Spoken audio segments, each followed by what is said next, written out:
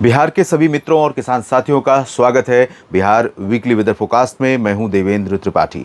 दोस्तों 28 जुलाई से लेकर 3 अगस्त तक 28, 29, 30, 31 4 दिन जुलाई महीने में शेष रह गए हैं और उसके बाद 3 अगस्त तक कैसा मौसम रहेगा इसकी बात हम इस वीडियो में करेंगे। भारत के पूर्वी क्षेत्रों पर यानी बंगाल की खाड़ी के उत्तर भागों में एक डिप्रेशन बना और वो डिप्रेशन तमाम इलाकों को बरसात दे रहा है। लेकिन विडंबना यह है कि बिहार के कई ज़िले अभी भी इस सिस्टम से प्रभावित नहीं हो रहे। हवा तेज़ हो गई है, हवा तेज़ चल रही है पूरे राज्य के ऊपर। मधेपुरा, दरभंगा, समस्तीपुर, बेगूसराय, खगड़िया, भागलपुर, बांका, जमुई, मुंगेर, लखीसराय से लेकर पूरे पटना, सारण, बक्सर, कैमूर, गया जी तक तमाम जगहों पर तेज़ हवा चल रही है। बादल भी दिखाई पड़ रहे हैं, लेकिन ज़्यादातर जगहों पर ये बादल बरस नहीं रहे हैं। अब कैसा मौसम रहेगा इस सप्ताह में जानेंगे। उससे पहले मैं आपसे रिक्वेस्ट करूंगा कि इस चैनल को सब्सक्राइब करिए, साथ ही मौसम तक यूट्यूब चैनल को भी सब्सक्राइब करें। मौसम तक फेसबुक पेज पर भी आप मुझसे जुड़ सकते हैं मौसम की हर अपडेट के लिए। और जानकारी अगर आपको ठीक लगती है बिहार के किसान साथियों और मित्रों, तो आपसे निवेदन करूंगा कि कमेंट में लिखिएगा और साथ में वीडियो को लाइक और शेयर ज़रूर कीजिएगा।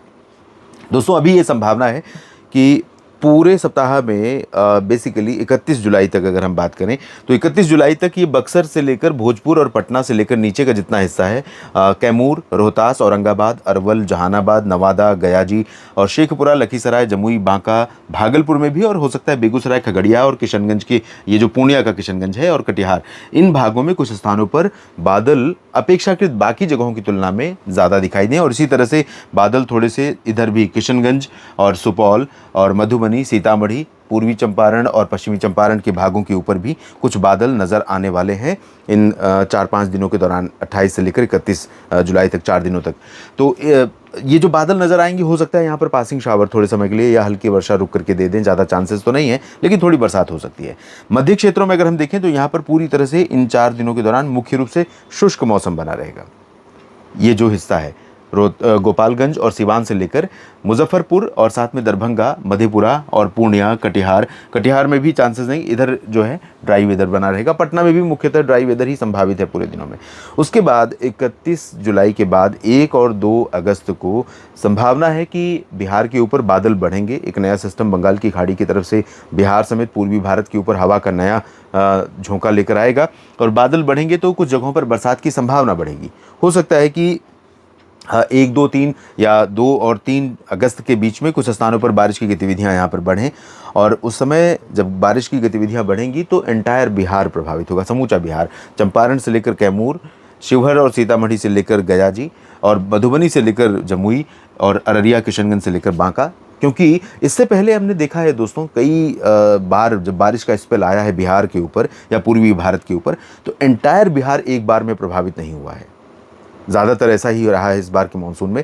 और मानसून के कई सालों का अगर एक्सपीरियंस देखा जाए तो बिहार के लिए काफ़ी अनइक्वल, असमान हो रहा है। बारिश का वितरण असमान हो रहा है। बारिश की फ्रीक्वेंसी यानी दिनों की जो संख्या, वर्षा वाले दिनों की संख्या, वो घट बढ़ रही है। और बारिश की जो मात्रा है, क्वांटिटी, वो भी कम हो रही है। फ्लक्चुएशन है उसमें भी। तो इसका सीधा प्रभाव पूरी पारिस्थितिकी पर जाता है, इकोसिस्टम पर जाता है, यानी मवेशी, पशु पक्षी और प्रकृति यानी वनस्पति, और साथ में खेती जो प्रत्यक्ष रूप से प्रभावित होती है, और ह्यूमन हेल्थ, मानव स्वास्थ्य पर भी इसका असर पड़ता है। तो ये इम्पैक्ट इस समय बिहार के ऊपर दिखाई पड़ रहा है, जहाँ पर मानसून की बारिश में काफ़ी कमी है। लेकिन उम्मीद इस बार जो अगस्त के शुरुआती समय में दिखाई पड़ रही है, उससे संभावना ये पैदा हो रही है कि जो अगला सिस्टम बनेगा बंगाल की खाड़ी में, वो हो सकता है कि बिहार के कई ज़िलों को अच्छी बरसात दे जाए। बाकी कुछ चेंजेस होंगे आपके राज्य में, आपके ज़िले में, मैं नज़र रखूंगा। और नेशनल वेदर बुलेटिन के माध्यम से जो आप मौसम तक यूट्यूब चैनल, मौसम तक फेसबुक पेज पर देख पाएंगे, इसमें मैं आपको ज़रूर बताने का प्रयास करूंगा। इसीलिए दोनों चैनलों को सब्सक्राइब करने के लिए आपसे आग्रह कर रहा हूँ। इस वीडियो में अभी इतना ही। धन्यवाद।